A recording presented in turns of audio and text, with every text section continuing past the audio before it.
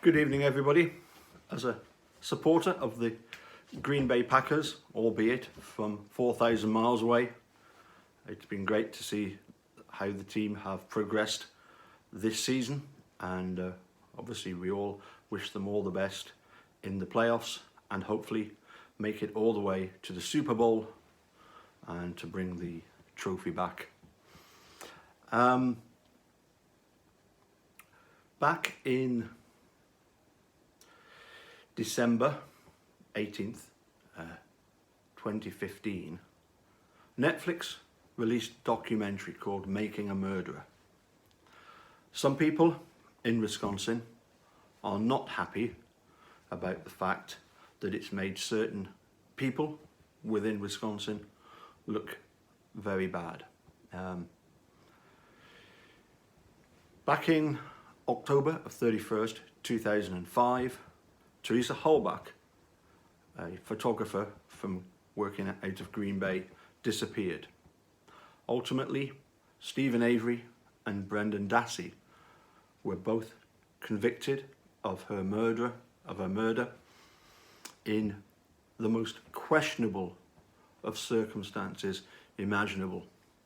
Making a Murderer has been watched by millions of people throughout the world who have all seen the terrible corruption that goes on within certain parts of Wisconsin.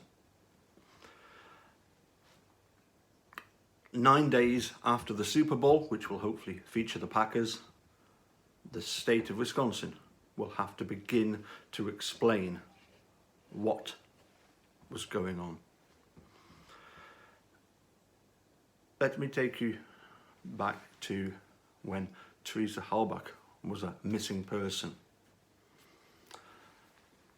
Now, the director of technology at the Green Bay Packers is Teresa Halbach's brother, Mike Halbach. When Teresa Halbach was merely a missing person, Mike Halbach did a TV interview in which he described his sister's disappearance as being one that would cause him grievance. His grieving process could last days, weeks, years. Teresa Halbach was only reported a missing person, and yet he is grieving. Family members are the last ones to accept that somebody has met their demise. But as for the could last days, that just beggars belief that somebody would say that. He then tried to correct himself by saying, hopefully with Teresa still in our lives. What's concerning for me is the fact that neither the journalists nor the investigators looked into what Mike Halbach had just said. Now, some of you may not have watched Making a Murderer. For those of you that have, I don't think there's any suspicion that Mike Halbach was involved in the disappearance and murder of Teresa Halbach, but he knows something and he's keeping that to himself at the moment, despite the fact that he let that slip. And as I say, the reporters and the investigators should immediately have looked at what he was saying and asked him to give an explanation. What's also very interesting, is that when eventually the investigators managed to coerce a false confession out of Brendan Dassey, Stephen Avery's nephew, Mike Halbach once again was interviewed and told everybody via the interview that you just need to pop the video of Brendan's confession and there is the whole of the case against Steve and Brendan. The confession is a complete and utter farce. One only has to watch it to see.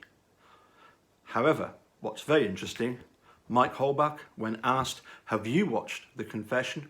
He said, no, he had not watched it. It reminds us, of Robert Herman criticising Making a Murderer when it first came out. Robert Herman, the sheriff of Manitowoc County at the time, again criticising Making a Murderer. When asked, have you watched it yet? He had to concede he hadn't. When Brendan Dassey was due for sentencing, Mike Halbach suggested that Brendan Dassey should have taken a plea deal in order to testify against his uncle. If Mike Halbach really thinks that Brendan Dassey did what he was coerced into saying, but if he really does think that happened, why would you want somebody taking a plea deal?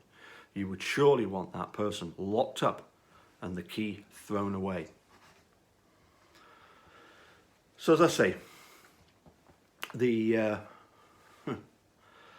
director of technology there at Green Bay, he's been there since I believe 2004. Is he involved in the murder of Teresa? We don't think so. But there are some very serious questions that need to be asked about his comments.